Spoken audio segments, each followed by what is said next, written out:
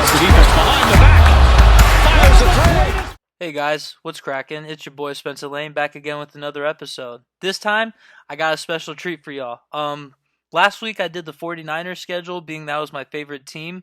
I have a lot of buddies who I love to talk football with. These are some people who, as today's special guest, has decided to dedicate his life to it, and some others just love talking it like I do. So I think I'm gonna start bringing some of my buddies on. Some that have credibility, some that think they have credibility. I'll let you be the decider of that. But everyone's got a favorite team, and everyone has an opinion of how they think their team's going to turn out, right? So I'm going to start doing that now. I think it'll be really fun. Get some of my buddies on. Also, I'm doing a fantasy football league, and I think I'm gonna do a live stream of the fantasy football draft. I think that would be a really cool way to incorporate some of these people in because I think these are people that you'll enjoy hearing talk about sports just as much as hopefully you enjoy hearing me talk about it. So this week I'm going to be doing the Las Vegas Raiders schedule. Like I said, I have a special guest who's a big times Raiders fan, and he also is a local coach at the high school that I went to. Graduated with him, so technically his alma mater. Had a real fun time with him. This is a bit long, so forewarning, if this is something you think you're going to try and do for a quick drive or something, save it for a rainy day, because this is a good one. So with all that being said, let's get into the episode. Right, guys. Thank you for taking the time out to watch this. And with that being said, let me introduce my guest. He's a head coach at the at La Quinta High School. Does the offensive line for the varsity team. He's also an offensive coordinator for a 7-on-7 group called the Desert Diablos. But most importantly, he's been a good friend of mine ever since I moved here to the desert. Please give a warm welcome to my big man, Mason McAvoy. Mace, how you doing today? Everybody, hey, what's up, Spence? How you doing? Doing good, doing good. I mean, hey, last time I did the 49ers, and I knew with doing them in mind, I was going to want to have a couple of my buddies on. And I mean, you just getting the coaching job at LQ, I thought, who better to bring on to have a good time, but also be able to have some credibility to be brought forth to the table. I mean, Definitely. you were one of the first people that were very pivotal in my desire to learn more about football. I still remember one of the first conversations we had. You were able to break down the Oregon Ducks offense in 2 minutes to a kid who was playing first football for the first time since 8 years old. So, So, yeah. So, what? Just quick question before we get started. What got you into football? Like, what's something that I mean, that grabbed your attention from day one? honestly, it was really just born into it. Football. My family's always been a football family, so it's just really a second language. Honestly, some people, they speak English and Spanish. In my family, it's English and football, so it's always came natural. Honestly. Okay, definitely, definitely. And I know you being a big time Raider fan. What was that like? Like, what was it like growing up having, obviously me knowing your dad being a coach, being a former football coach of mine. Your pops was very passionate. So, what was it like, learning about the Raiders and what it's like to be a Raider fan for the first time, especially from Uh, that man of anyone? well, being a Raider fan, you have one of the bigger, fan bases in the NFL, and honestly, when you think of Raiders, you think of gritty, So I always remember my dad telling me about how Raider teams used to be, kind of the bad boys of the league, all black. So I was born a Raider fan, man. I didn't really have a choice, but I love it. It's Raider Nation for Hell sure. yeah, man. I mean, hey, whenever you think of fans, you think of them, right? I remember I had a unique opportunity to go to a Chargers game back when they were in San Diego, and uh my mother and I, we were just going to the concession stand, and she was getting a beer, and it was right before halftime, and the concession stand person said, it's a good thing you came right now. The Raiders and the Chargers are the only game in the NFL that cut alcohol off at halftime. Both at both games. Oh yeah, Only game of the year that does that. So just a little it, wrinkle. it gets rowdy. Yeah. It gets rowdy, especially in California. No, no. I mean, you may be the home team, but you're really not the home team. Yeah. It's just what it is. Yeah. So, Watch where you step out here. It's shiny, but it's also careful, right? it Speaking is. of jerseys, let's show them what we got today. I came in with Uh, the LT. yeah. For some reason, you decided to wear a LT jersey today. LT. If I pick them to win the division, I have to, right? I don't Have know. to. I think it's a little deeper than that. Hey, I got my boy on, Big Match Crosby. Okay. 95 mil. You feel me? Okay. Yeah, was a dog.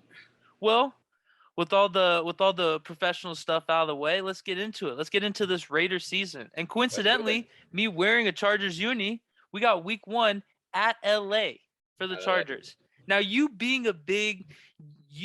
really don't like the 3 teams you have to play twice a year, right? Your division. I So hate. those 6 games of the year, I'm going to let you take point.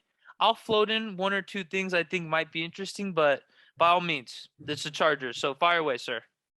I think week 1 we go into LA and we go in and take that dub. I think we come out hot. I just think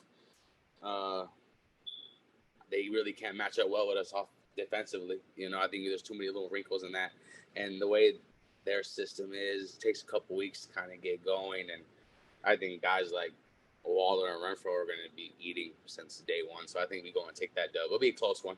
It'll be close. I think Herbert and those dudes score some points too, but I think we go and take that one for sure. Okay. That's fair. I mean, I guess it could go both ways. I mean, historically speaking, you guys do have the better matchup record, 66 wins and 56 losses against the Chargers. But me personally, this being in LA and with me having the Chargers winning the division, I got them winning this first game. I think it's going to be tough. I think that part of y'all biggest problem last year was the fact that you gave up 40 sacks, which was in the bottom half of the league last year. And I think with the addition of Khalil Mack, it might get interesting. Derek Carr's feet might have to start kicking up a little bit more if that's gonna be a straightforward game like that. You feel me? Like I like the Raiders' chances, but Joey Bosa and Khalil Mack are gonna be a nasty duo all year long, and you're gonna have to see it 2 times. So, But at the same time, that boy Herbert is going to be doing with the same thing when Mad Max and Chandler coming off the edge on the other side. And their line wasn't very good last year, and they didn't do much to help that right side anyway. no, So they only drafted that rookie Zion Johnson. So yeah, hopefully he hits the ground as fast as Christian Slater, but or Rashawn Slater, sorry. Hopefully he hits the ground as fast as their other rookie lineman, but we'll see. But either way, I think that's just a really great week 1 matchup for y'all. I think it's going to be a good tester for you and the that is going to Chargers. be a boy, for sure. Yeah, and I think regardless, it's going to be a close game. I just have the Chargers nudging it out literally just because they're at home. For no other reason. Just why I later down I got you guys taking the Chargers just because again that's going to be the toughest division of football, and I think we could have a whole segment talking No, about just the AFC West, right? So I think it's going to be so hard to pick those games. But enough about that. You got them 0-1. You got them 1-0. I got them 0-1. Let's go into week 2 where they go to home and have the Cardinals pull up on them for week 2. I got you guys winning that game actually. Like you yeah, talked about. Oh, I was gonna say yeah. like you were talking about the Chandler Jones reunion game. I just think he's gonna go in there and just cause mayhem. And not to mention D Hop's not even playing, so he's still gonna be out with 6 games. So I just think this will be an easy walkover game. I can see Hunter Renfro having like a breakout game. I can see I this being the game where he has like really good performance. this game right here, I really see. Honestly, you see Hunter. I really see Devontae. I think because the first game, teams, especially the Chargers, I think they're going to do such a hard job to keep that dude bottled up. That guys like Waller and Renfro are just going to do their thing. So I think the next week, teams will be like, you know what, we can't just let this dude beat us. So they'll give him a little more freeway. And a guy like Devontae, who's been playing in Green Bay for I don't know how many years, and had guys like Lazard and Randall Cobb next to him. Now he has Waller and Renfro. You know, way more one-on-one matchups, and I can't. You know, it's gonna be fun to see. Guys with a little more salt, guys who you could trust to get open, right? It's not you and me out there running routes. It's people who actually dedicated their life to it. No disrespect to you, of course, right? For sure. No, but and I got that. Like I said, D Hop being suspended, I think that just makes it a lot easier. That'll be interesting though with that whole Devonte Adams situation that you're talking about. I don't think it's going to be that game. I think it's actually going to be the next game versus the Titans, only because with them having Buda Baker and Byron Murphy, I think they're both just going to rotate over and say, "You two, take him. We'll worry about the other 3." Like we'll and I could be wrong, but I think it's going to take 2 or 3 weeks before they actually let Devonte Adams and Derek Carr, former college teammates, see what the chemistry is really like. I just think with them, I just think now, honestly, it's gonna be that type of offense where each game, one of those 3 are gonna eat, or eat 2, or even 3, and then if you want to do a good job of just going to take that all away, you still have Josh Jacobs you can give the ball to. Who's a good running back in this league. Yeah, Man. So he everybody says yeah. when he only got a nice hole, that dude He's tough. So Yeah. and I think he might see more less 8-man boxes than he's ever seen. I think he'll have a little more room to run than he ever did. So Definitely a lot more 2-man highs and for sure, yeah, definitely. yeah, oh definitely. And I think personally Devontae Adams will have his true breakout game as a Raider week Tennessee. 3 where they go to Tennessee, because I think as good as Kevin Byard is, I love him at safety. One of my favorite safeties to watch in football. They got better. Harold Landry. Titans have a good defense.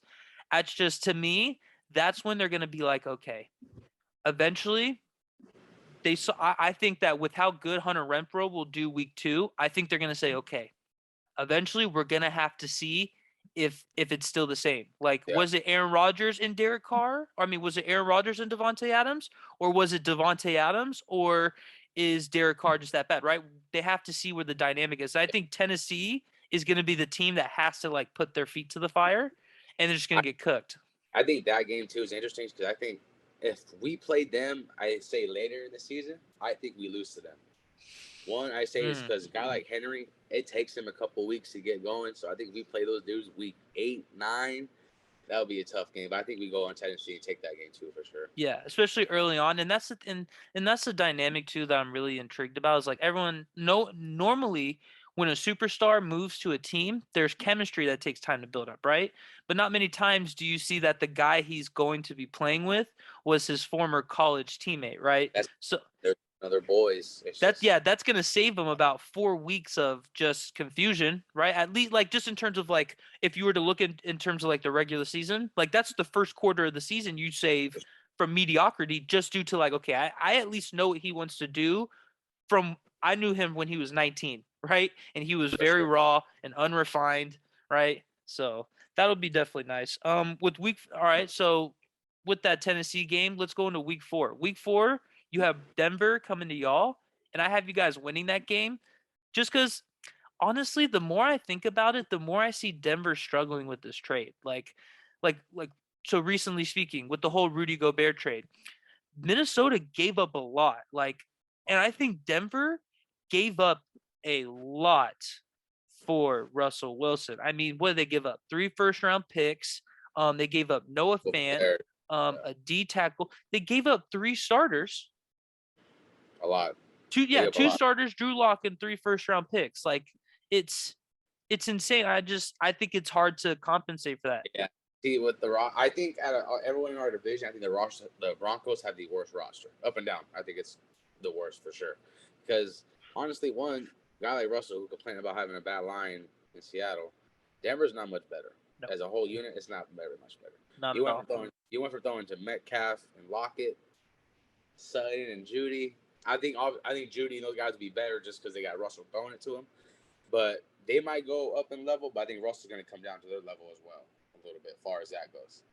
Defensively, I think their defense was good, but I think the guy calling the defense was really good in Fangio.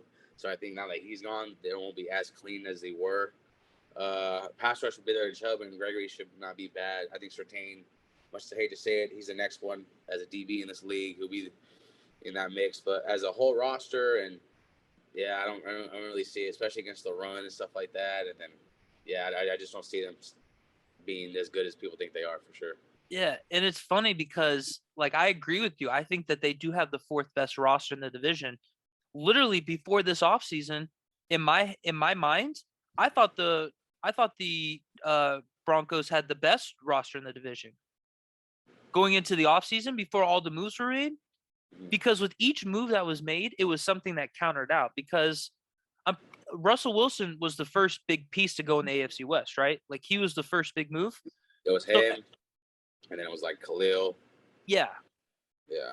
But to think, like, Russell being the first person to go, yes, it was like, okay, it's a blockbuster trade. Like, they got so much better. Like, yes, they lost Von Miller, but they still have Homeboy, the edge rusher. They got Chubb. They got Gregory. Yeah, now, so they have Bradley Chubb. But then here's the thing: when you're going into a new offense and a new scheme, your most friendly target. Shout out to a Niners fan. Shout out to the New York Giants. Your most friendly target's the tight end, the guy over the middle. They trade their starting tight end, the guy who I think schematically would have fit swimmingly with Russell Wilson. I think Noah Fant would have loved to play. I think those two would have gelled so well together. I think it's game would elevate it for sure. Yeah, and I think that losing that starter out of all of them, like I would have been okay with giving up like Tim Patrick or KJ Hamler. Like get rid of someone else where at least you still have him. Like I would have been cool with getting rid of Cortland Sutton if push came to shove. And my thing too is one of the things where it's like for some reason I just don't see Russell in Denver working like it would in Seattle. I don't know why. I think he's been with Pete in that type of offense for just so long. It's all he really knows. I don't even think that. I agree. I mean? Yeah, I think that scheme helps a lot, but part of it is that when you look at DK and Tyler Lockett, those are down. Like maybe Tyler Lockett not as much. That was the whole thing about DK is DK can run a 4.3 40, but he can't cut for anything, right? Yeah. So that's always been Russell Wilson's like game is that he has one of the best downfield throws of all time. I'll tell anyone who will listen, I think Russell Wilson has the best touch in football. In terms of just being able to get, my opinion, of course, in terms of getting the ball downfield and just the touch of just being able to, that's that dude in Green Bay. That's fair. It's not he even might close. be talent. That's just me though. It's not even close. Look, maybe I have a little bias. I've seen him do it for 10 years straight. I've never seen someone flip a ball to so many different people. I've never seen a dude here and the ball be, you know what I mean? Go look at the throw he made against the Lions a couple years ago. I think it was on a Thursday night. That right there maybe told him there's nobody more accurate in the league ever than that man right there. Yeah, for sure. I don't know. But maybe I don't know about that because even then with accuracy. Like I said, you've seen him play more than I've seen Aaron play because you said to at least play him twice a year. So I understand what you feel me? Like I've seen him make throws that and it hurts I feel like more when it's your squad. You know? Yeah, definitely, right? It burns a little bit harder. It burns a little bit harder into the memory. But sure. Like I said, I think just in terms of just sheer touch and just being able to just drop it in the breadbasket, I think Russell Wilson's number one in my opinion. He's good at that stuff too, for sure. All right, what's the next? Yeah, but no, I got that being a good game. So I have you guys starting out 3-1 after the first 4. But going on to week 5 at KC, I'll let you take it away from here at KC because I know you really don't like these guys. I think we'd lose that game. Honestly, I think we would go into KC and lose that game. One, just because, Graham, our new DC, I like Graham. I think it was a good hire. But going against Andy and those dudes first time around without having really seen it, it could take some teams a couple weeks to adjust. But I think it's a close game. I think we scored a lot of points. I just think they score some points too. I just think they go and pull that one out of that. I think it's a close one, but they pull that one out that week. In KC, I think they pull that one out for sure. Yeah, I don't know about you, but whenever I watch the Chiefs, like obviously this is a bit past my time, right? A bit above my pay grade, but every time I watch the Kansas City Chiefs play offense, I get like heavy John Wayne vibes, right? Like it's the 6-shooter that never has to reload. Like for some reason, it just always keeps going, and it's frustrating. Honestly, it's just because I think Andy Reid, he's been doing this so long. He knows what to look for, and when you have a guy like Tyreek, I know that's one thing I can't wait for is to play those dudes without Tyreek on the football field. It'll be interesting. Without Tyreek on the football field, that guy, you could have that guy bottle up all game, and then just like that, he's wide open for 60 across the middle. I don't know how it happens, but it just does, and that's all it takes. But now you don't have that element. So, like as the Chiefs, I think with them, when they do struggle is when they have to meticulously move the ball, just chip away. As Mahomes, I don't think he likes that. I don't think he likes having to go through 1, 2, back to 3. Oh, 1, 2, back to 3. I don't think he likes going through the progressions. If 1 ain't there, like I saw someone, a D coordinator say, if you take his first read away, he likes to run around, And I think when you have a guy like Hill off the field, it's a little harder to do that because he's not 30 yards away from everybody. He's not running away from everybody. So I think that's something I'm really looking forward to for sure. True. And great points that you bring up because I do agree with you. My only thing is that when I was looking at the Chiefs a couple of days ago, just in terms of like roster and like, because I remember we were talking about this too not too long ago. I was like, so like I had like a Moneyball perspective. Like, okay, you lost Johnny Damon. Like, what is sort of their approach to it? You go look at all the guys they signed. Josh Gordon, who they signed last year, but I expect to get snaps this year, 6'4". Scout is Marquez Valdez-Scantling, homie from Green Bay, 6'4", 6'5". Juju, 6'1". He's smaller than that, but that's still like a relatively big-bodied receiver, and he's perceived as a big receiver. Sure. So it's almost like they're changing their game up from we're gonna beat you deep to where we're just gonna jump over you. Like they're trying to build an NBA roster at the receiver core.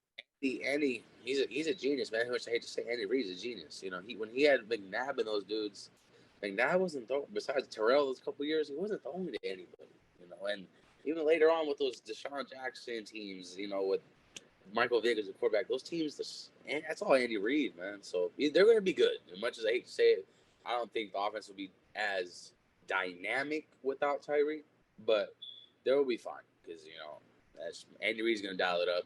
That's just what it is. He made Jeremy Maclin 1,000-yard receiver a couple of times. He somehow had a top 5 offense one year, and a receiver didn't catch a touchdown, and it still to me blows my mind.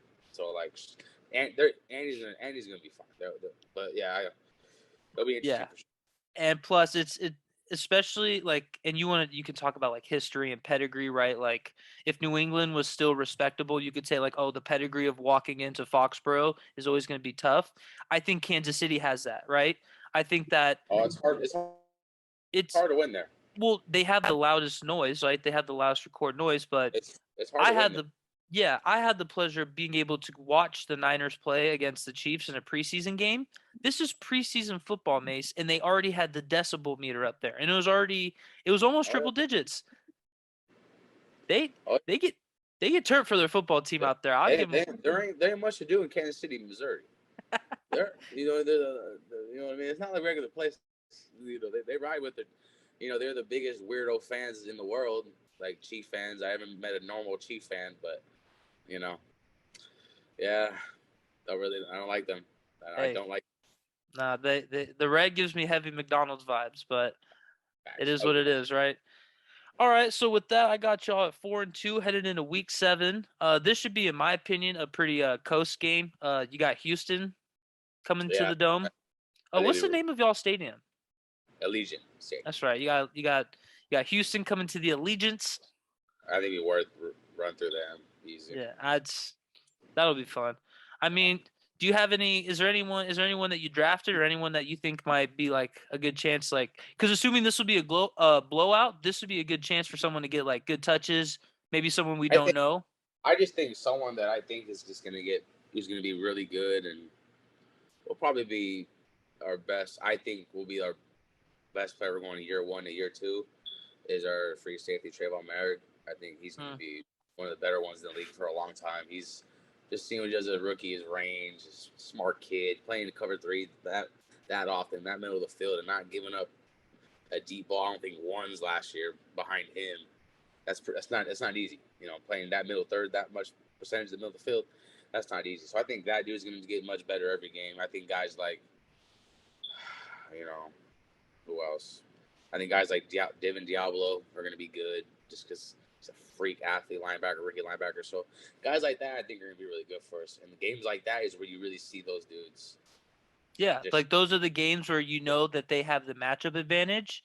And those are times where it's like, okay, flex your muscles. Like this is like I hate to say it for Houston, but I don't see them like this is my potential number 1 pick contender, right? Is that fair to say? For sure. In my opinion, this is going to be the worst team of football this year. I just think it's one of those games too where guys like Josh Jacobs, you can give that dude the ball 25 times to get those other guys some. Yeah, it's one of those games, right? Like this is your highlight tape game for some like your star players, like for Devontae Adams. This is going to be the breather because after this, especially after going up against Broncos and the Chiefs, like back-to-back division games, I think it's going to be wood for his mental. You guys do have a bye week in between that Chiefs and Houston game, so maybe he gets good touches, but I still think it'll be good for him to just have an off week being like, hey, we can do this without you. And even though it's Houston, they're still a professional organization, right? They line up 53 gentlemen out there, but that's one thing I would say. People don't understand, especially in the NFL, every game is a hard game. No football game in the NFL is an easy game. you could lose any day of the week. That's one thing people understand. Everybody in the NFL, if you start an NFL team, you play on an NFL team, you are a great, outstanding football player. That's just So every week is going to be a tough game, no matter who you play, for sure. So for back in the day when we were in high school, middle school, for all those Cleveland Browns versus Alabama football games, Yeah, no, what would you hear, right? Yeah, see, that's funny. Like, that's awesome. They say that you take all Alabama team, and that Browns team still beats them probably by 40, 50. It's just there's levels. 401k is a lot to play for, man. I mean, Yeah. if I'm playing for lunch versus my yearly salary, it's how they just feed their kids and the family, man. You know what I People mean? gotta remember that. A little more weight behind the punch. Yeah, but every game's tough. But yeah, I think we should go in Houston. Yeah. No, I think that'll be easy. Now going into week 8, and this will be, you could argue, halfway week 8, week 9, right? Going into week 8, this is the first game that I sit here and think I had a unique toss up with, and it's at New Orleans, and I have you guys losing this game. Only because the way I see it is that you guys, as a rushing defense, that's your weakness. Would you say your rushing defense is your weakness? Yeah. Okay. True. So in my opinion, I think I think the first half of the season, but then Gus started guys like Diablo and stuff, and it got better. So I'll say between the pass and we were definitely better against the pass than we were the run, for sure. Yeah, and part of that I think is going to be, I think it's just going to be like the Alvin Kamara show. I think that as good as Chandler Jones and Max Crosby are, I think your 2 D tackles and your 3 linebackers, I think those 5 guys, that's where they're going to be tested. Well, I think our linebacking core is pretty good. I think Perriman was a Pro Bowler last year. I'm telling you, Diablo is going to be good, and Jaylen Brown, he's one of the better cover linebackers in the league from Tennessee. He's going to be good. But I think that game, the Orleans game, is low key a trap game because I feel like it's one of those games where they're going to have a really good defense. I'll say that right now, they'll be top 5 in defense. Yeah, easily top 5, top 10 for sure. Oh, they're pretty good on that side of the ball. But I think it's one of those games where if Jameis, I think either, like you said, Kamara goes nuts and we just, it was a bad game. Nothing you could do about that. But I think Jameis is going to lose a lot of games just because of him. So I think we go in New Orleans and win that game. It'll be a close, low-scoring game, but I think we win that game for sure. My thing is that kind of like talking about the defense, I think that and maybe I'm overvaluing Marshawn Lattimore, or I'm underrating Devontae. I think that's one of the few guys that, I mean, obviously receivers are way better than corners in today's league, right? It's a pass first league. Receivers are the stars quarterbacks are the stars, but receivers. I just think like with that, who don't understand is when you have a guy like Renfro, Waller, and Devontae on the field, I think Lattimore is a great corner, top 5. He's one of my favorite corners, and I would trade 2 first-round picks for Lattimore right now. Same. I think that good, but I think I would take Devontae one-on-one with him every single day of the week. And you want to go a double him, that's fine. Then you got to leave Waller one-on-one linebacker or one-on-one with a small DB. You want to bring that safety down, that's fine. I'm just going to let Renfro eat. And you want to go drop 9 in coverage, it's going to hand the ball off. So I think it's one of those things where that game, Jameis loses that game for me. I think that's true. I can see that. Yeah, and Dennis Allen, he was the old Raiders head coach. I don't know how he's the head coach again. So that's one thing too. I don't think he's he's not a very good coach. Yeah, I respect that. Yeah, I think this and the Chargers game are going to be your 2 most interesting games the first half of the year. Chargers, obviously season opener and all that good malarkey. That same game is honestly based on like what the record's looking like going into that game. That's actually one of those games. Like honestly, I'll be able to answer that question more into the season. That's really tough. I think the Saints can win 12 games, but also lose 12 games. I think they're one of those teams. Yeah, I definitely agree because they have the talent. I mean, you pick up Tyrann Mathieu, pair him up with Marshawn Lattimore, and then you have Demario Davis, Cam Jordan, and Marcus Davenport, who really stepped up last year. All you need. Oh, 7 ranked. Yeah, they're solid. if Michael Thomas pulls up with 85% of this performance he had when he was last fully healthy, because people forget when Michael Thomas was fully healthy the last time he played, He broke the NFL record, Spencer.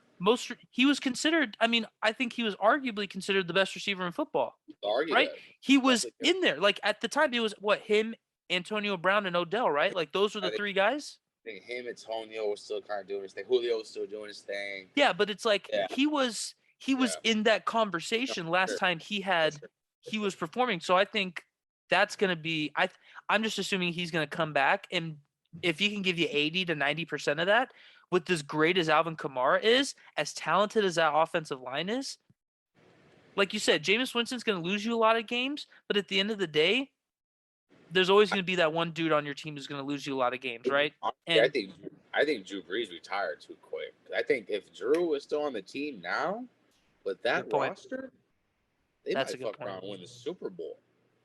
Because if Drew had Michael Thomas, Chris Olave, right, they did get Chris Olave, Jarvis Landry, and Kamara, and they got Ingram back, they would win. And with that defense, they can win the Super Bowl for sure. I mean, maybe Drew Brees before his last year.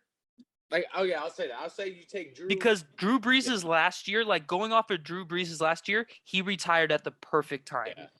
But if he had 2 more seasons in him and then, like if he retired and he performed the way he did like 2 years ago, I'd totally believe you. But just due to how old he looked, yeah, you know what I mean? But I totally agree with you. A good, like a relatively an 85 to 90 to 95% Drew Brees can go win a Super Bowl with this team.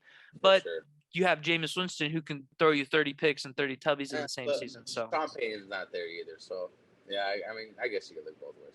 It's a different New Orleans team, but I think at the end of the day, there's still something unique out there. I think picking up Tehran made this team a lot more intriguing than it would have been. As a roster, they're pretty solid up and down. Yeah. Well, they have a lot of win now pieces, but a lot of people don't see them winning now. So it's just interesting to see how it's all gonna develop, right? Because you don't pick up Tehran when you're a rebuilding team, right? The Chiefs picked him up out of Arizona expecting to win a Super Bowl. They picked him up out of Houston, man, because he didn't play well. He didn't play well in Houston. That's right. He went from Houston. He went from Houston. Played real well. Yeah. Yeah, but then look at what happened in Houston. They didn't have that good of a team. Like, yes, they had D-Hop. Yes, they had Deshaun Watson, but they were never like, as much as I hate to say it, even when they had J.J. Watt and all those fools and even back to Arian Foster days with Matt Schaub and Andre Johnson, I've never taken them serious. But that's a whole nother argument. I think about the Texans is they've always just been that much away. Like, bro, people remember a couple years ago, Texas had the number 1 defense in the league. You know, they had Clowney, they had but Bench, even then, no one was sweating them. And like now, I think honestly, that's the one franchise I could say one play ruined that whole franchise in one play. The Texans going for that fake punt against the Chiefs, that ruined their whole franchise. Okay, yeah, I can see that. You're up 24-0, and somehow after that, they didn't work. It was they were down by 4 points. Like, I don't know what happened. Yeah, I watched that game live. And the D-Hop stuff happened. Then O'Brien, and then that ruined the whole franchise, dude. That's true. I've never seen that before. One play. That's all it took. Because they should have beat the Chiefs that day. No, they should have. They were moonwalking them. So, with all that being said, what do you think was more detrimental to the franchise then?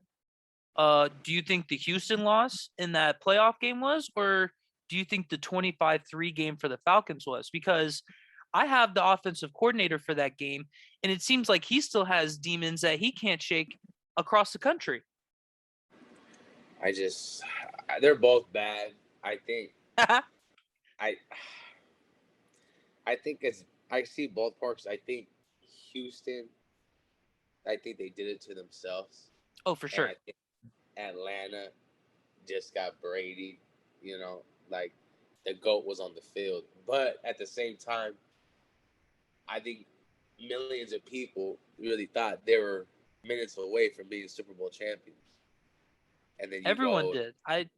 Yeah, I did. I thought I actually thought I lost $80 that day, but then Brady, So yeah, I honestly think the Atlanta one. I don't think they'll ever probably forget that.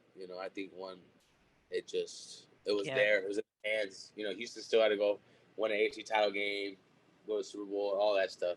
Well, not even that. They did all that in the first quarter. The Falcons Yeah. for 2.5 quarters of football. 3.5 quarters. Not 2.5 because the game started flipping in the third quarter. You could say the game started turning in the third. No, they scored their first touchdown with I think it was 2 minutes left in the third quarter or something. They did all that within a quarter and a half, basically.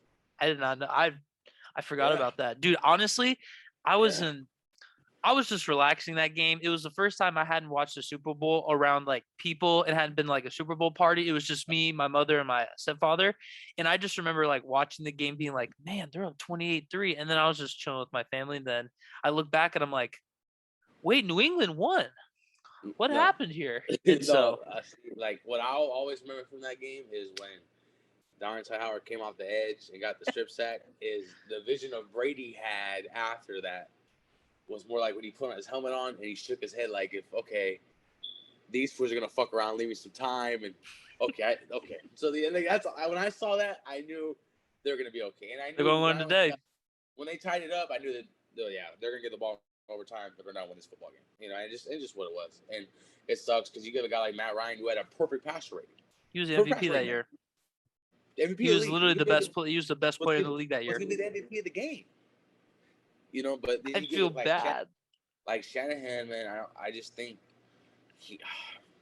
I think guys sometimes even at the highest level like the NFL, dudes tend to forget the game is just so simple sometimes.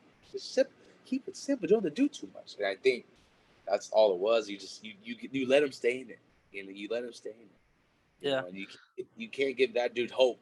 He's gonna rip your heart out and stop in front of you, and it's exactly what Brady did, man. So yeah, I think that one was bad. If I was a Falcons fan, that would probably bother me still to this day for sure. Yeah. Houston, you were always pretty bad, so you used to being bad. You could just chalk that up to another bad game. You know what I mean? Just what it is. You went to the, you know what I mean? Houston, you were up 24-0 against the Chiefs. Good job, but the Atlanta one, yeah, that was that's brutal. Bad. That's what I'm saying. Like that, in my opinion, that is the most physical loss you could feel as a fan. Like I felt that loss after, like I say, in the heat of the moment, I wasn't like conceptualizing the game. I remember going into school and talking to everyone about it. And then every day that passed by, you would keep bringing up that moment where Tom Brady's shaking his head and slamming his helmet on. Like, I remember you always bringing that up, and I was like, I'll never forget that in my life. Every day I thought about it, I was like, this is going to change this franchise for the worse. Like, you can't go up 3 possessions, and we could talk about this forever. But you're up 28-3, and I think what people don't understand is like, it's kind of crazy, but when you got like Brady, man, you can't give that dude time like they did, and it's not a matter of when he's gonna figure you out. It's just a matter if. It's just a matter of when, not if. Yeah, it's when. There you go. You leave just for enough time. He does shit like that. Yes, sir. Speaking of enough time, let's see if we can get to this second half of the season before people tune out. Right? We could talk you and me could talk forever. This isn't the problem. We gotta make sure this is, you know what I mean. Let's stay back on the track though. So going into the second half of the season, talk about Houston having a layup. Week 9, you go to Jacksonville. I think this will be a fun game for Trevor Lawrence. I think Jacksonville's gonna be better. I think they actually have a head coach. I love Urban Meyer. I was a big Urban Meyer fan, man. I wanted him to be the coach of USC for a long time. I'm not afraid to admit it, but he's NFL. He just wasn't for him. He's a college specialist. Let's leave it at that. I like Doug Peterson, man. I think Doug Peterson is the most underrated coaches ever. The things that dude's offensively, what he's done for the game of football, people don't give him no credit for. So I think Trevor's gonna be fine, but I still think we go in there. I think it's a little bit too much for them as a team. But yeah, Jacksonville's gonna be better. But I think we go in there, take the dub with Jacksonville for sure. Yeah, I'm just honestly, part of me is excited to see Trevor Lawrence develop again this season, and I think this will be another good tester game for them. He's gonna Like, be fine. He's gonna be fine. People gotta understand when when you're the first overall pick, you're not going to you're going to the worst team in the NFL. essentially, People gotta understand the worst team. Mhm. There's a reason why they're the worst team. They're not there. There's a reason for that. There's a So they reason why expect the worst guys, team. Yeah, there's you a know, reason why you, the best college player, go to that team, right? exactly, and they expect guys to just go and just win 10, 11 games off rip. That's not gonna happen, man. It's not gonna happen. It's just what it is. So you gotta get guys like that time, and then you have a situation like Urban Meyer where he's dancing with different bitches at the bar. Mm. you know, Really? Mm. you know what I mean. So Hey, like I said, he is a college specialist, in my opinion. So it's funny talking about like, so obviously you know how there's been like, um, Nick Saban from Alabama. He had his stint in the NFL with the Dolphins, right? yeah, Urban Meyer, was this his first attempt that in was the his NFL? first. This This was is his his first. first try in the NFL, right? Yeah, College coaches have to realize that they're not talking to kids who are here on scholarship, right? that's the, And even with yeah. the whole NIL, you're going to have to approach them differently. Like you're going to have to start Yeah. treating them like pros because they're now basically professional athletes in the sense of they're getting contracts. What they do is But understand that the dudes you're trying to coach and tell some they make more money than you. They're grown men. Mm. They're not little kids. They're grown men. So I think guys like Pete Carroll, who was in the NFL, then went to college and then came back to NFL. I think at some point you just figure out your formula. I said when I say about formula, I think guys like Belichick, Nick Saban, Coach Bob Lashley from De South, they have a formula. And once you figure out your formula and how your way to win, everything's fine. So I think everybody coaches little nuances of what they take and what they do. So I'm not a big Alabama fan, but I can't sit here and say I hate on Nick Saban. Nick Saban's, you could argue best football coach of all time. You argue can make that. that argument. You can make that argument. You really can, and And he Nick's Nick, man. So I would love to see that dude back in the NFL. I think Nick was one of those guys that he's been out of the game so long. He kind of realized, I can't do this, but maybe I could do this or I could do that. So it's just about finding your formula. You know what I mean? So yeah. So I think some guys can, some guys just can't. Yeah. No, I mean, I think it would be cool to see Nick Saban back in pro Yeah. football. I think maybe as a DC, I think me personally, I think Nick Saban's been in college football too long to develop a new way of how to coach people. I think he'll always have that old school approach to him. But I do. I think now that if he go, I think people probably take Nick a little more serious now as a coach in the NFL. Back then, even when he went to coach first time, he went to with LSU, but he wasn't Nick Saban yet. Yeah. He was just Nick. It wasn't the recruiting extraordinaire. I think Nick, I think Nick and Bill are so similar. I just think they get the best out of their team. They don't care what you go do for another team. Can you win for my team? That's one big thing I think other coaches try to realize. Don't worry about what this dude's going to do for this team or what he can do. What can he do for my football team? But I think that's why like guys like Nick and Bill and those dudes they're up here compared to other coaches. You know what I mean? So I think that'd be cool to see Nick back in the league for sure. That'd be awesome to see. Hell yeah! No, I mean, as you could tell, people, if as you could tell, Mason's a coach. If you couldn't understand by his vernacular and the way he's approaching how he explains coaches, that's what he wants to do for a living. So if he seems comfortable, there's your answer. But enough about coaches. I'll let you become one day. Let's talk about the Raiders now. Week 10, you're going back home and you got the Colts pulling up.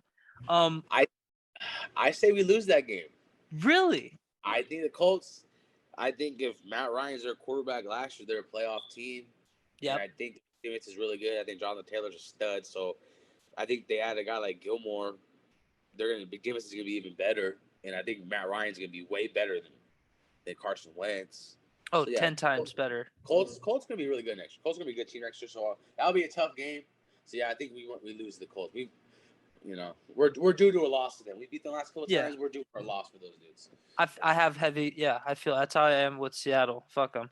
Yeah. No, but it's interesting that you say that because how I feel about the Saints game is kind of how I feel about the Colts game. Maybe not to maybe not to the same degree, but when I first saw this game, I said, "Oh, you guys are going to lose this game." But then I forgot about the Gilmore signing, which is going to help them a lot because they have DeForest Buckner and they have Darius Leonard and Okereke. Like anymore. They're good, dude. They're they're good. front six, and they have the best slot corner in football, or you could argue Kenny one of Moore. the best slot corners in football, and Kenny Moore. Yeah, so Good. they have good, like they have a great defense. It was literally just Carson Wentz and his inconsistency. I think Jonathan Taylor. If Derrick Henry wasn't a person, I think Jonathan Taylor's the best running back in football. It'll be interesting to see Michael Pittman. Me personally, I think it'll be better. I think it'll be better with Matt. Oh no, I think he'll be better with Matt, but I'm just interested to see his development. Like he took a big step last year, so I want to see, was that like, obviously, with like progressions and arcs and stuff, like was that his big step, or does he have another one in him? No, for sure. Yeah, and him being a big bodied receiver, you could easily say Carson Wentz and Matt Ryan are two different style quarterbacks. So I think it'll be good. Yeah. Right? Yeah. So I think it'll be good for him to be like, oh, I had a relatively mobile quarterback who was a little bit more rambunctious, but he was a little bit more erratic. That's the word I was looking for. He's a bit more erratic. I just think Matt, him being a vet, and he knows what a good receiver is right when he sees one. So he thinks Micah Pittman's going to be good.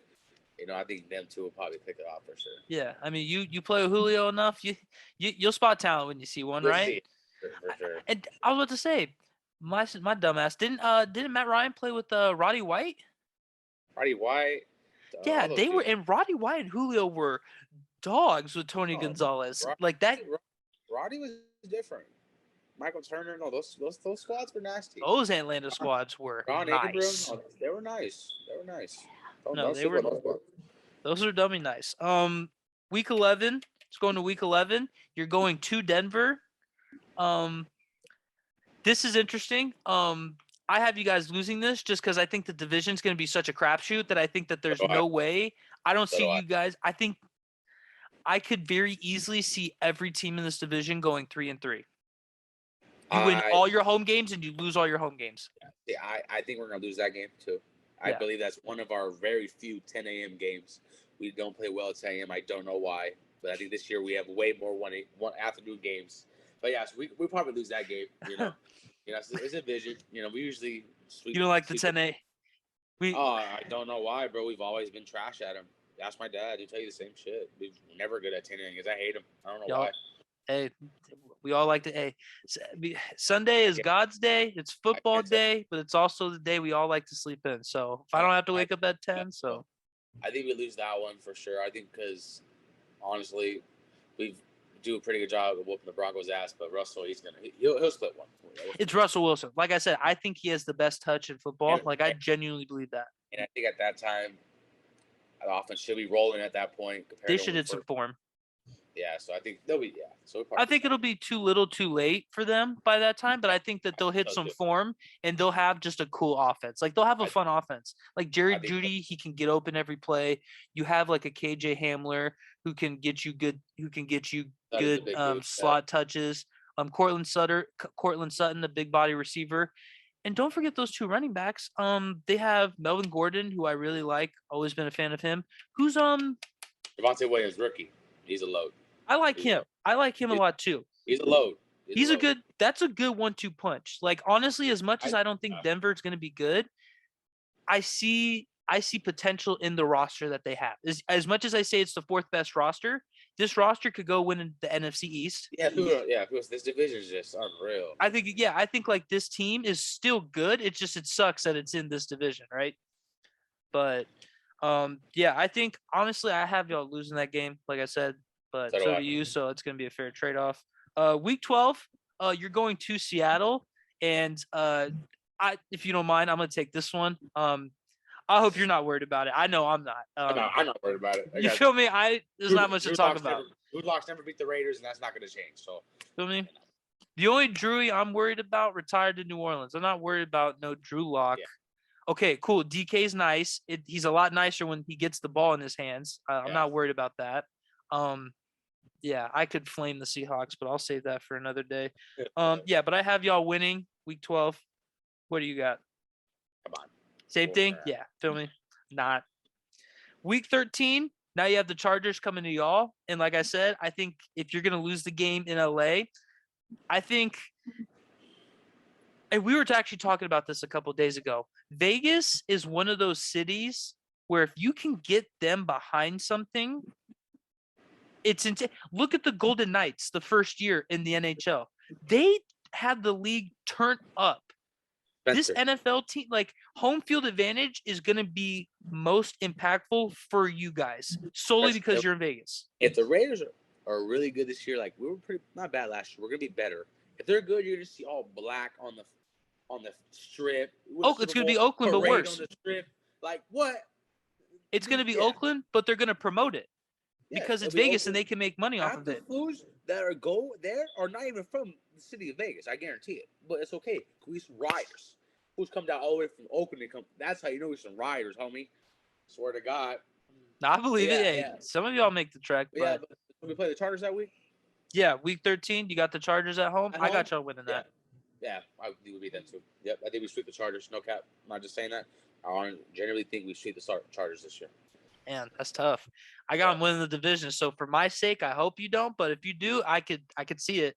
I mean, I could see, like I said, I can see each team going 3-3. I could see each team going 6-0. And I can see each team going 0-6. Like that's how close this division's gonna be. Sure. It's gonna be just like watching a bunch of elementary kids just play soccer. You have no idea what's gonna happen.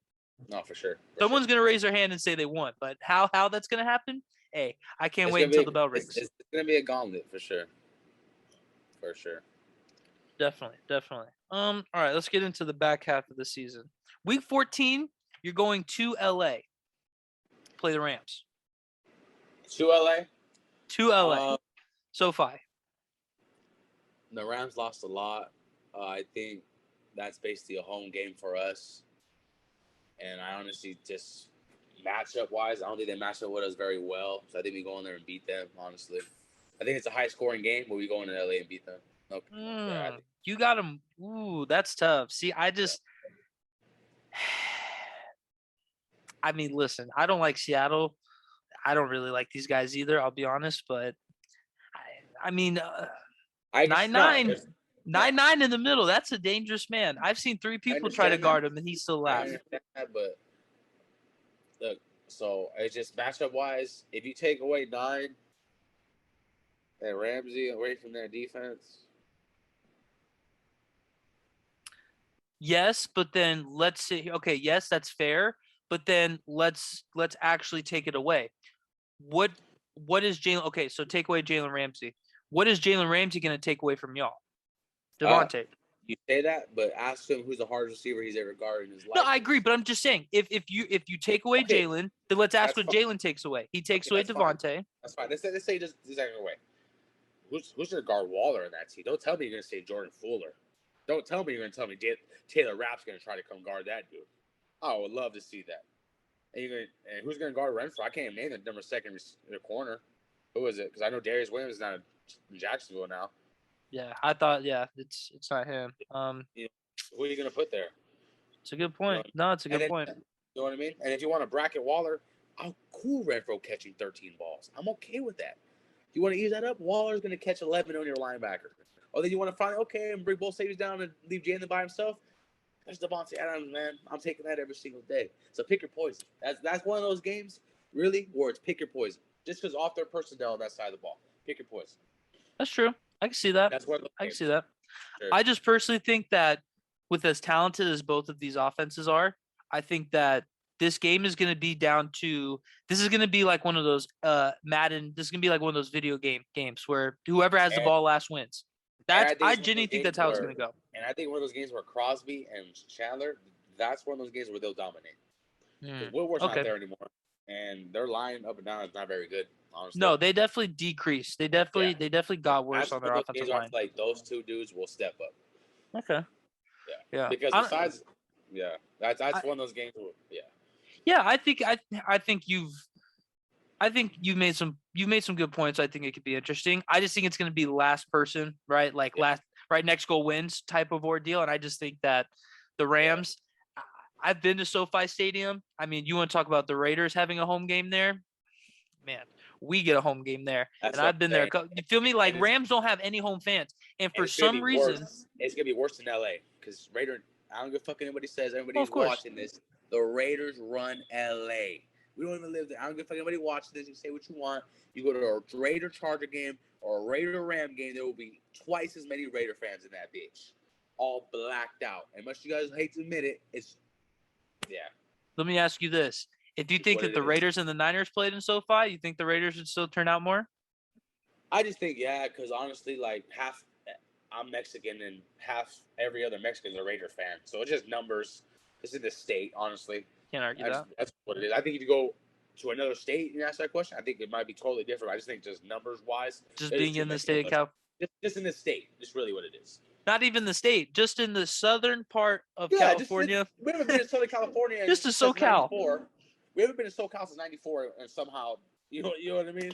That's just what it is. Man, rent free, huh? There you go.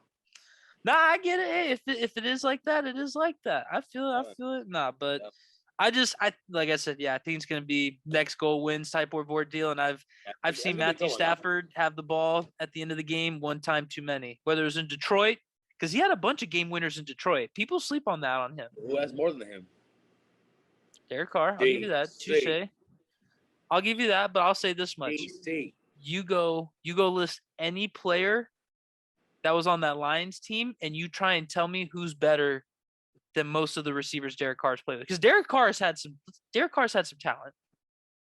You can say Derek Carr's had some good talent. You can, but you really can't. You can, but you can't. Would you say, okay, then let me ask you this. Would you say that Derek Carr has had more talent? Huh? Derek Carr never had Megatron. Derek Carr didn't make Megatron retire. True, but I'm not going to equate him retiring to Matthew Stafford because you could argue Matthew Stafford was the only reason Calvin stayed around longer. But it's one of those things where if you really don't think this team's going to be very good, if you don't think this quarterback's that good to where you guys could change the problem, like his quarterback's Aaron Rodgers, he doesn't retire. His quarterback's Tom Brady, Drew Brees, or anybody else at that time, they don't retire. I guarantee that. You know what I mean? Look what he did while he was there and after he was there. He didn't win very much with or without Megatron. I would believe you a lot more if I didn't have Barry Sanders as like an argument before the case. That's why I don't think it's anyone else but the front office's problem. But Barry never had a quarterback like Matt. Exactly. But then you could argue, here's the thing. X's problem was they never had Y.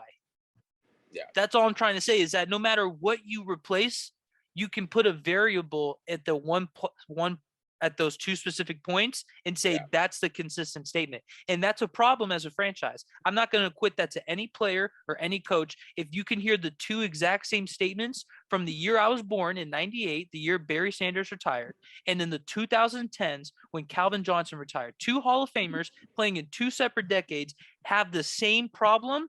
No, that's no one else but the organization. That to me is a straight Detroit problem.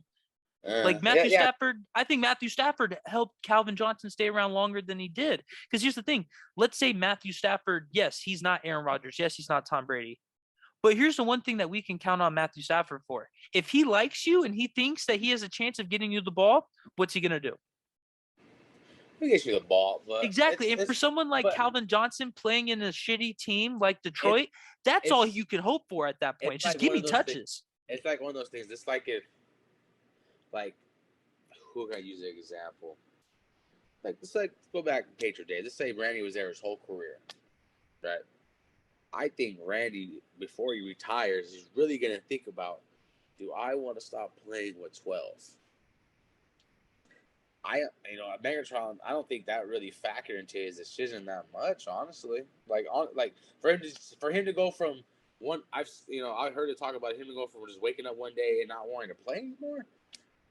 I think if you have a guy throwing you the ball or just, he's a better team, but a guy I think if your quarterback's that good to the point where you think, you know what, if I stick around, we'll end up winning. I think we win. But honestly, this is what people want to say about Matt Stafford is it took him 13 years to win a playoff game. And if he stays in Detroit, he probably doesn't win a playoff game. How good are you? But then again, I asked the same question. Is that Matthew Stafford's fault or is that Detroit's fault? Because Calvin Johnson was never able to get a team put around him. My thing, too, is that at the end of the day, a receiver you can only do so much. A quarterback of the team, you are a big reason why that team wins or not. So yeah, it's Matthew Stafford's fault too. It was Barry can only do so much as running back, okay? But as a quarterback, in that time period, in the 80s and 90s, when all they did was hand the ball off, he was basically the quarterback of that team. You could argue their offense was the Wildcat before the Wildcat. Yeah, but like I said, honestly, yeah, I don't know. I don't think I think if a couple other guys are Calvin's quarterbacks, he doesn't leave. That's my opinion. No, that's fair. I can respect that. Honestly, I get what you're saying. City of Detroit, not even just. That's what I'm saying. I think it's just the city of Detroit. The franchise, it's a tough place to play. No, I think it's the ownership. I think it's the front office. I think it's just. Yeah, people might not like this take. I think the Lions need to move as a franchise. Yeah, that was shitty. I think they need to relocate. Here's the thing.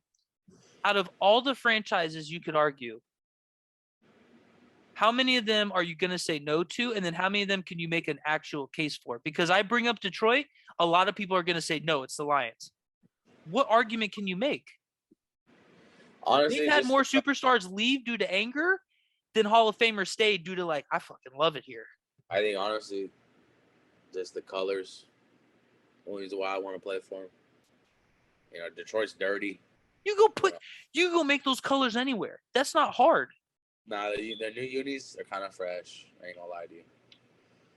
But if I'm going 1-16 and the cleanest drip in the league, I don't care. I'm 1-16. Would you rather wear those or Jacksonville's jerseys?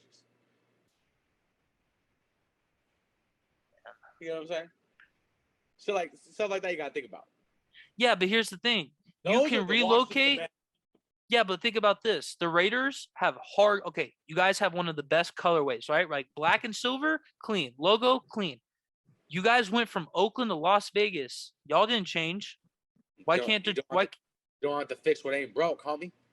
Exactly. So if the unis look nice, just change the city.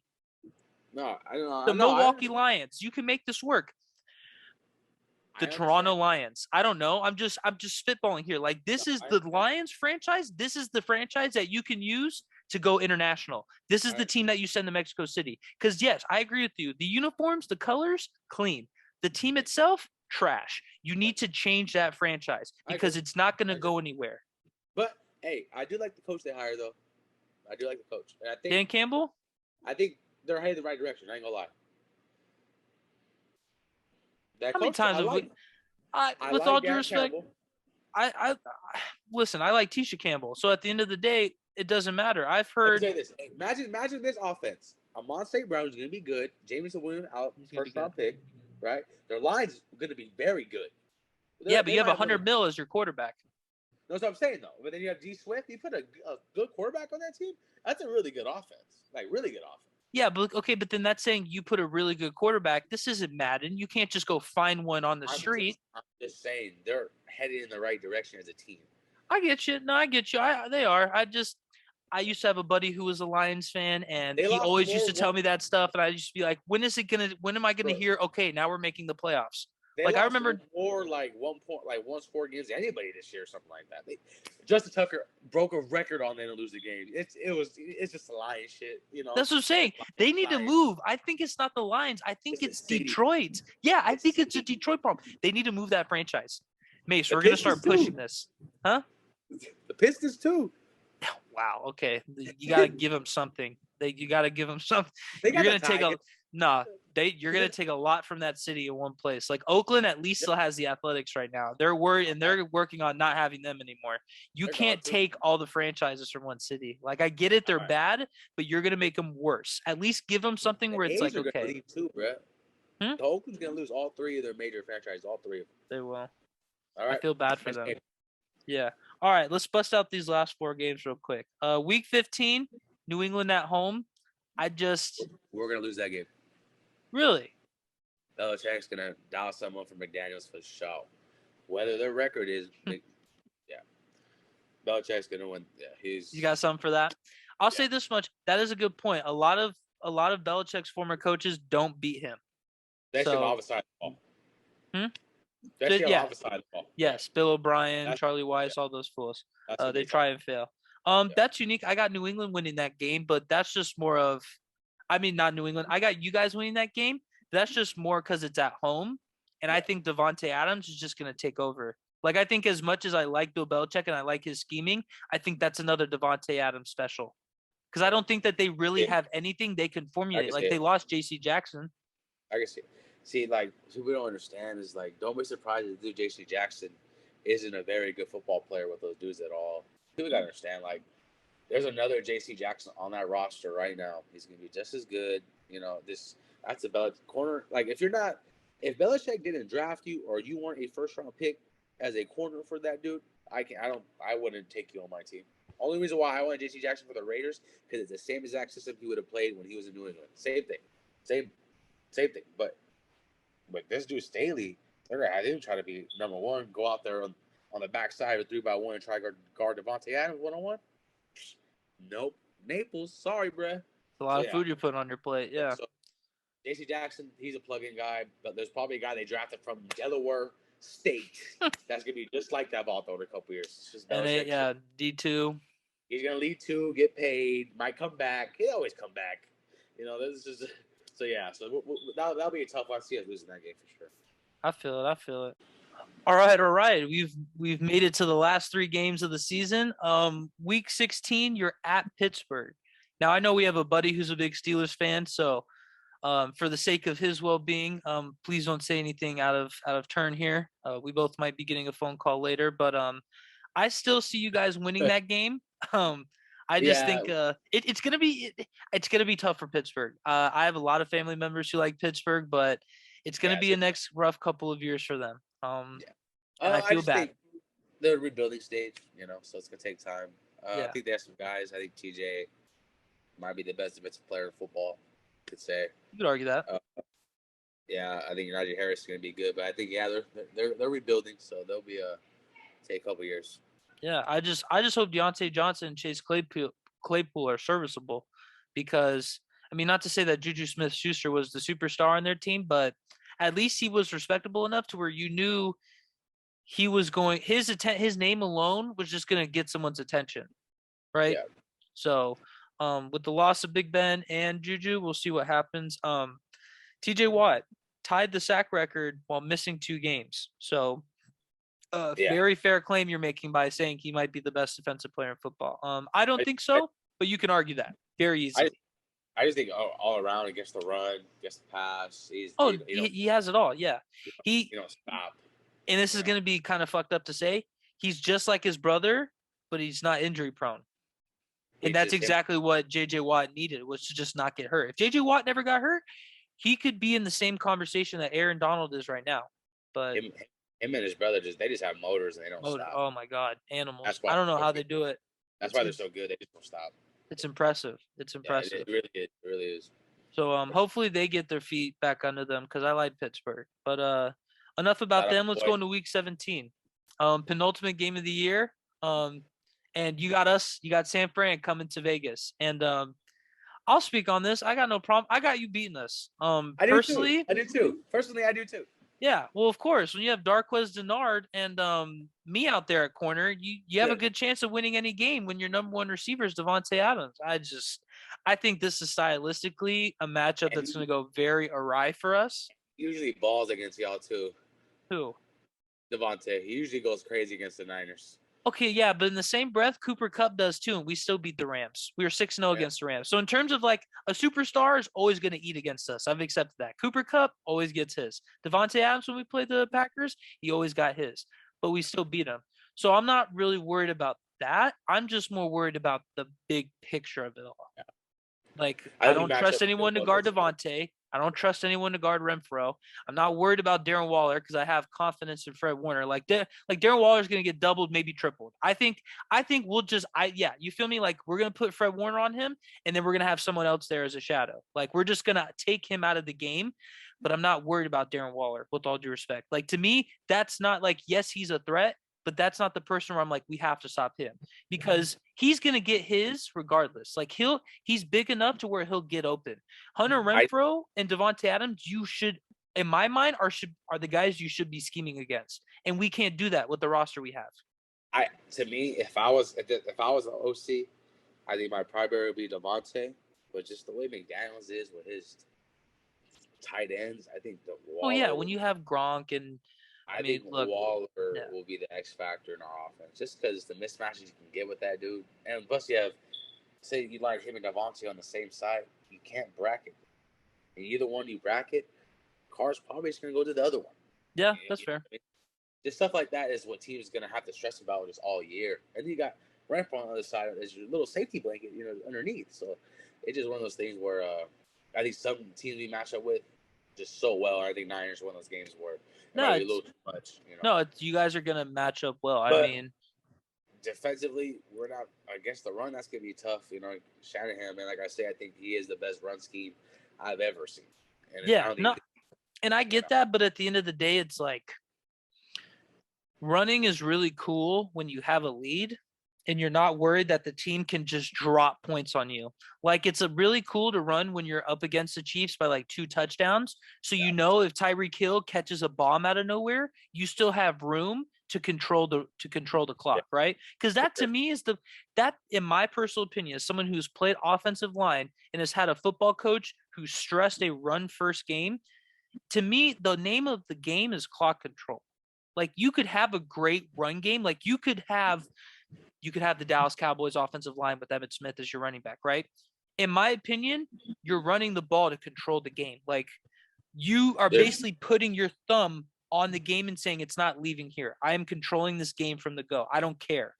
There's 2 things that will win you football games no matter what level. It be All American all the way to NFL. That's playing defense and running the football. Yep. Those 2 will win you football games. The Niners, they run the ball and they play defense. That's why you guys are pretty good. That's why I got us win the division, going 13 that's why I don't understand is like 12 and 5. This dude, Trey Lance is just a little bit better than Jimmy. Just a little bit. He's not gonna be worse than Jimmy. He'll be worse than Jimmy. Be surprised. I don't know. A little bit better than Jimmy. Yeah, you're gonna be fine. It's gonna be a solid year. And here's the thing: people are like, he's got to be a better thrower of the ball. I mean, yes, you'd like him to be a better thrower of the ball. My problem with Jimmy Garoppolo was never his throwing talent. I never thought in terms of like throwing the ball. Like, yes, he always had one erratic throw a game. That's not horrible. That's not horrible. That's not the worst thing. That Brandon Ayuk one against Cowboy, you can't miss. No, criminal. Like, someone should have killed him then and there on the spot. He should have been smoked. He did a couple days in jail for that one. I ain't gonna lie. No, I agree. But here's the thing. If I was Ayuk. No, we're throwing hands we're throwing hands in the locker room. I agree. Yeah. But here's the thing. The problem is that he would make that bad throw and he would never do it again. He would go check down, swing. Kittle, like the moment he made a bad throw that he knows he should have connected to, George Kittle either gets 30 catches the rest of the game or gets nothing the rest of the game. And I hate it because it's the emotionally driven performance. Like, shout out, I hate to do this to him. Shout out to my boy, Andrew Garcia, right? That was my quarterback through high school. That's my dog right there. I saw our coach walk up to this young man, 17 years old, young man, my boy right here, said, "You are the worst quarterback in the country." In America. In America. You want to talk about a mental... lot of quarterbacks. There's a lot of people that tried. I had another buddy on that same team who was a defensive lineman that tried out at quarterback, and he didn't even get that title. Yeah. Shout out to Osayo Womack. He tried out to play quarterback, and he didn't even get the job. And he didn't even get called the worst quarterback in America. Our quarterback who got a scholarship to play baseball, the worst quarterback in America. I have never seen another person's mental collapse on itself so hard. And I say this knowing how bad mine does in the heat of the moment.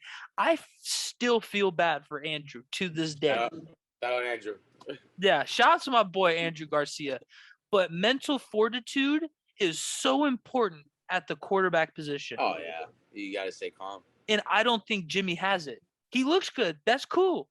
Like, congratulations. Your first news as a professional athlete in San Francisco was you went on a date with a porn star. And she said that you had better game than any of the people that she calls colleagues. Like, okay, congratulations. That's not what you get paid for. Yeah, like, okay, like, hey. I'll give you that. Like, I'll give you the salute. Congratulations, sir. Can you throw an out route? You know who's a bigger savage than him? Who? That boy Zach Wilson. Zach Wilson gets the full, yeah, but Nah, we can that talk. was- We'll save that conversation for fantasy. We'll save that conversation for the fantasy draft. That might be my So- fantasy quarterback this year. I ain't gonna lie to you. You're horrible. You're a horrible person. If that's why you're going with them. But yeah, no, I personally think that as long as Trey Lance is his running ability is He'll obviously be more his, like, exciting. He'll be way more exciting. not even that. I don't know if I told you this or if I told a couple of other people this. I think that we're gonna be the Chip Kelly offense for the Eagles that he wanted. Because think about because you're gonna think like that's kind of gotcha to say, but that was arguably the best offense in football. The only reason that team didn't work was that it was so no huddle driven that their defense walked out. Yeah, exactly, gassed. But here's the thing, Kyle Shanahan. Yes, but here's the thing, Kyle Shanahan doesn't have college experience, so he's gonna have the NFL wrinkle to it regardless. He's not Chip Kelly, who went to Oregon and perfected the no huddle and tried to bring it to college. This is a run first, schematically genius guy who's just going to try and pick the tempo up because he has a quarterback who can do it. A guy like Shanahan's he's one of the smartest dudes in the NFL. So his playbook, it may look totally different, but it's all the same stuff. And another thing too, he's gonna make it to where it's real simple, easy, a good stupid simple. Yeah.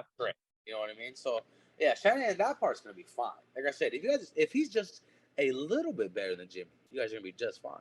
Yeah, no, if his run threat proves to be like if we run a read option and that linebacker, even when he knows his key is most likely the running back, if he has to stop and think, this fool might break me off if I don't respect him enough.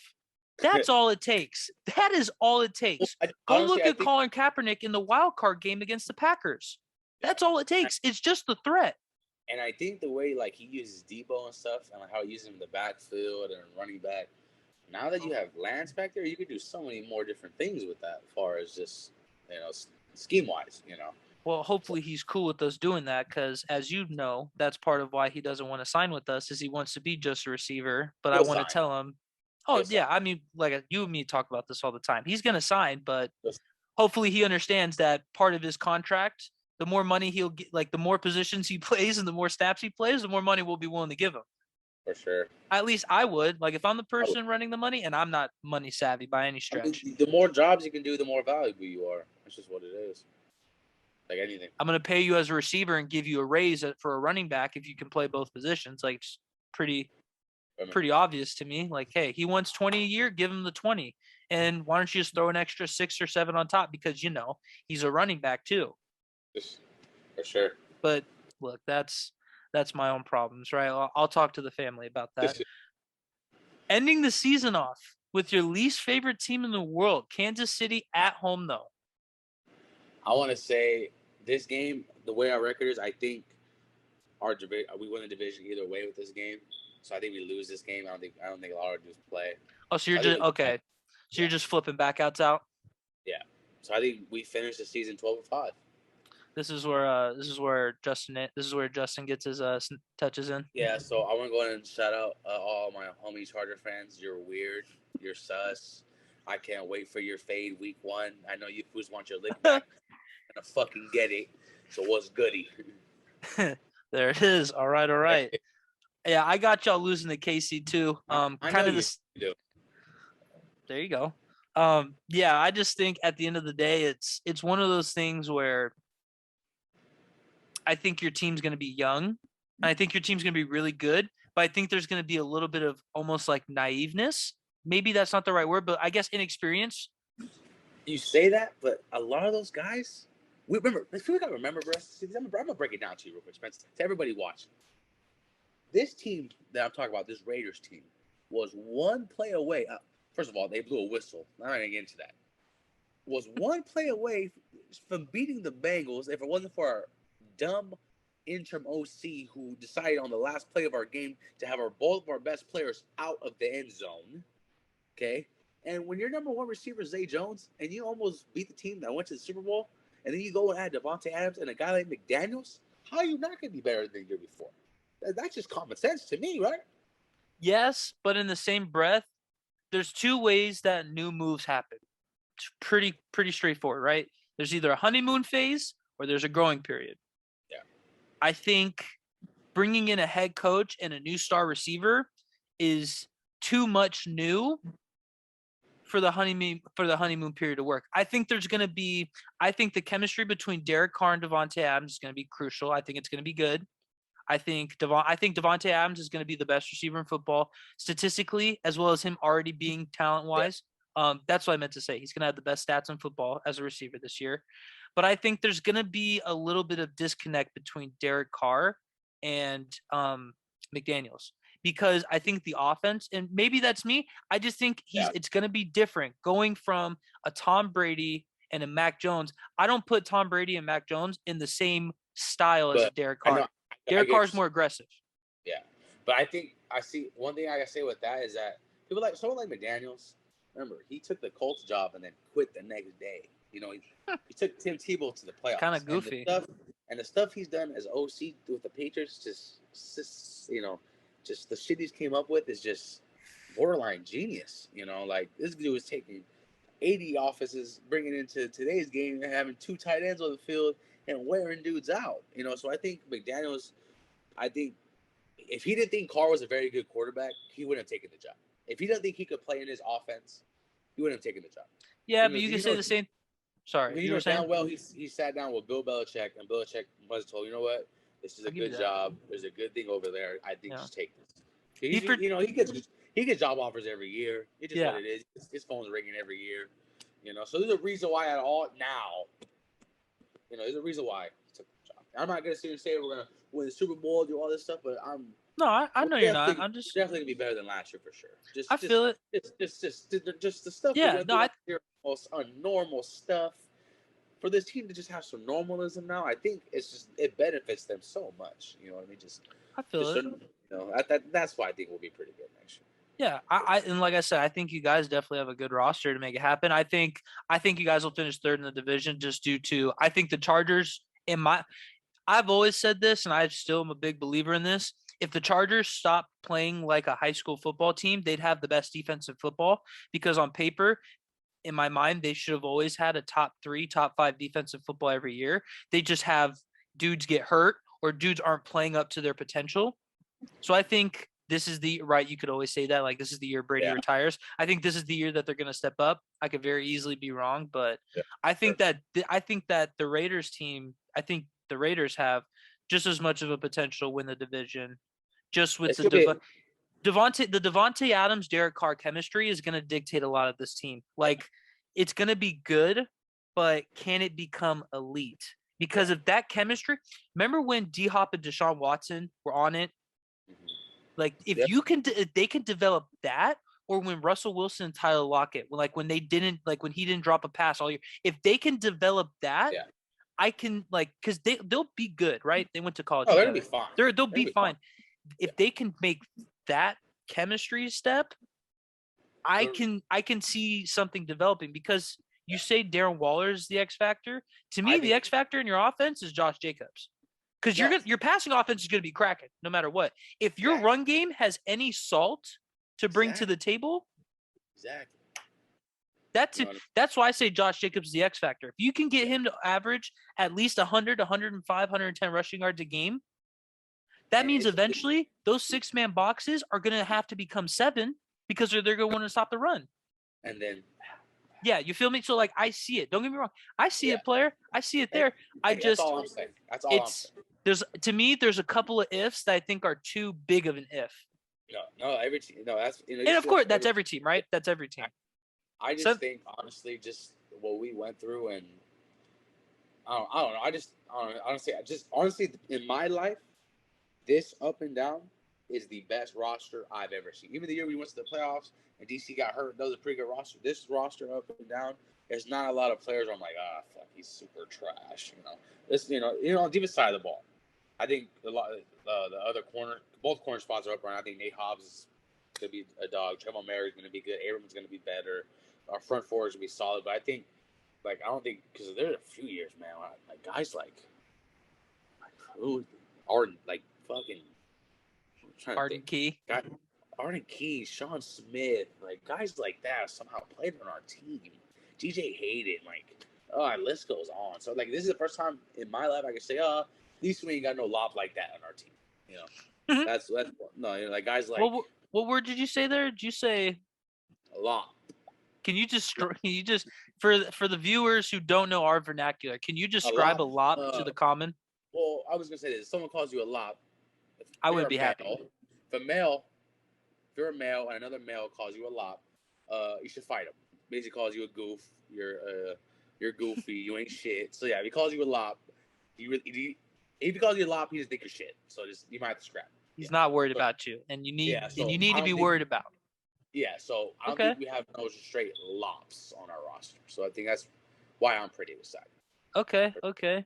So with that, yeah. So with couple, but this year we don't have one, so I'm pretty excited. Not one? Hey man, I feel that I know. I can think of the top of my head. That I know. Every year there's gonna be a new couple, but just the ones I thought, okay, actually that he's gone.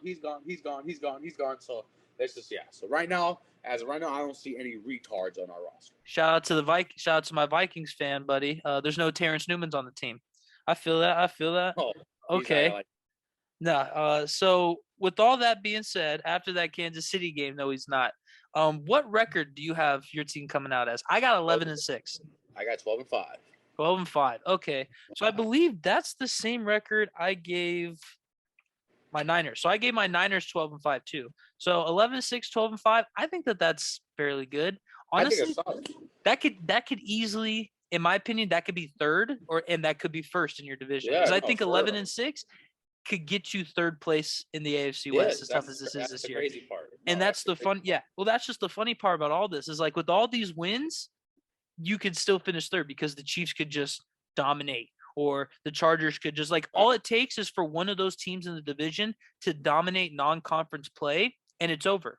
Obviously, that's more or less the name of the game, but conference like your division games will have a lot more weight in this. So if you can go 6-2 or if you can win almost all of your non-conference games, that gives you such a leg up when it comes to those. And I think one thing that's going to hurt not only the Raiders, but every team in our division is we're playing way more just competitive games than every other team. You know? Yeah. And people understand the reason why division games are so tough is because nobody knows your team more than the team that plays you twice a year. You know what I mean?